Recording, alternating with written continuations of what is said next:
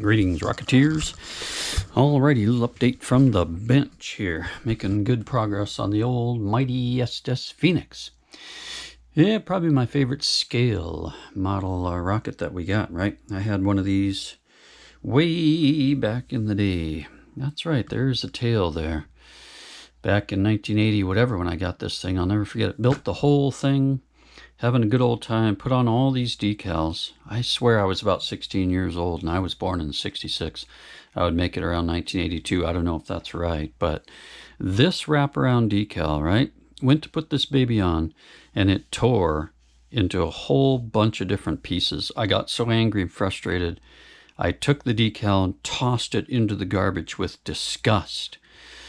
Crawled into bed, that was that night, staring at it with this giant glaring open space right here. Made me physically ill. So I got up out of bed, turned on the light, grabbed a little pan of water, and dug into my garbage can, got every single piece of that out, and got it onto the rocket in as perfect condition as I could, and that was it. I said, all right, I am never going to be scared of decals again. And that was back before we had, forget what those are called now, but, Microsol and Microset, right? Never heard of them. All I had was water. So yeah, that was pretty amazing. That was a turning point in my rocketing, decaling career. I said, I will never let another decal defeat me. But, you know, sometimes they do get yellow and they're just awful. You just can't use them off the decal sheet. That's different. But yeah, I'm just not scared to put on decals anymore. But this fellow had been sitting in this bag far too long because, yep, look at the oval on that baby. Not too bad with that tube coupler in there, but yeah, both this bottom tube and the top, just a little out of shape. And I probably could have replaced them. I certainly could have, but I said, nope, I'm going to build with as much of the original Phoenix parts as I can, considering that I've upgraded to plywood, fins, and rings, right? So, yep, here's my motor mount. So, yep, had a accidental hole I created there. Well, not accidental, I had the hook in there. And then I had some difficulties with the engine block. So I ended up shifting my hook over. In fact, you know, it was kind of interesting. This is going to sound crazy because we've been dealing with E-engine hooks from Estes for how many years, but this was slightly misshapen and short. It was slightly shorter than the actual E motor. Actually, I've got an E here, and that clip was slightly shorter. I had to bend the whole thing around to get it to be the right length and shape. That's just wacky. I bought a bag of these once, and they were all perfect. But yeah, that thing was a little bit odd. Now it's good now. Bloop. Beautiful. Right there.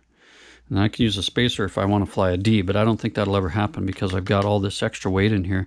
But this is how I do my motor mounts, even for my mid-scale. So I just drill a hole in that upper wooden plywood ring, run my Kevlar shot cord through there, tie it, add a little CA glue right here. Little CA glue there, and then I'll run this up. And then I will cut this probably somewhere about this high before I join the two body tubes. And then I'll tie one end onto here, the Kevlar shot cord onto this swivel, and the other side will be all this nylon shot cord, super long, on the other side of the swivel. And then over all of that, I have a Kevlar sleeve that's going to go all the way down and sit there against the top ring of the motor mount. And yeah, I have the bottom ring off, so I can put this in and glue my fins in. In fact, I guess I could show that. Put you over here for a second. But yeah, I can put in my motor mount, and then I can put in my fins, and I can add more glue onto the fins. There we go. So motor mount to there, be something like that. There we go. So yep, motor mount in. Now once the fins are in, I can then add more glue here. So yeah, I've cut my slots. I feel pretty good about those. You can just hear the fin hitting the motor mount there, which is great, hitting the motor mount tube, which is awesome. And then now I can add glue inside here and also inside here where the fin is at the body tube there. So that's a wonderful thing. So yeah, hope you can see that okay. But yep, pretty exciting. So we're moving right along. I wanted to film this little video so I could then get moving and glue this thing in there and get the fins on and start making more progress. But I thought it'd be kind of fun to show where I'm at on that. So that is the Mighty Phoenix. Meanwhile, we're painting both the old North Coast Archer and also the doorknob. And then I'm probably this weekend going to put the decals I have onto the Ultra Super Vega with spring-loaded landing pods. So it looks to be a very fun-filled rocketing weekend. So that's an update for today. Hope y'all are doing terrific out there. Any thoughts, comments about the Mighty Phoenix? Please let me know. Would love to hear it. One of my favorite rockets of all time. And y'all have a great weekend. Thanks for stopping by. It's AC Model Rockets. Please like and subscribe. We'll see you on the next video.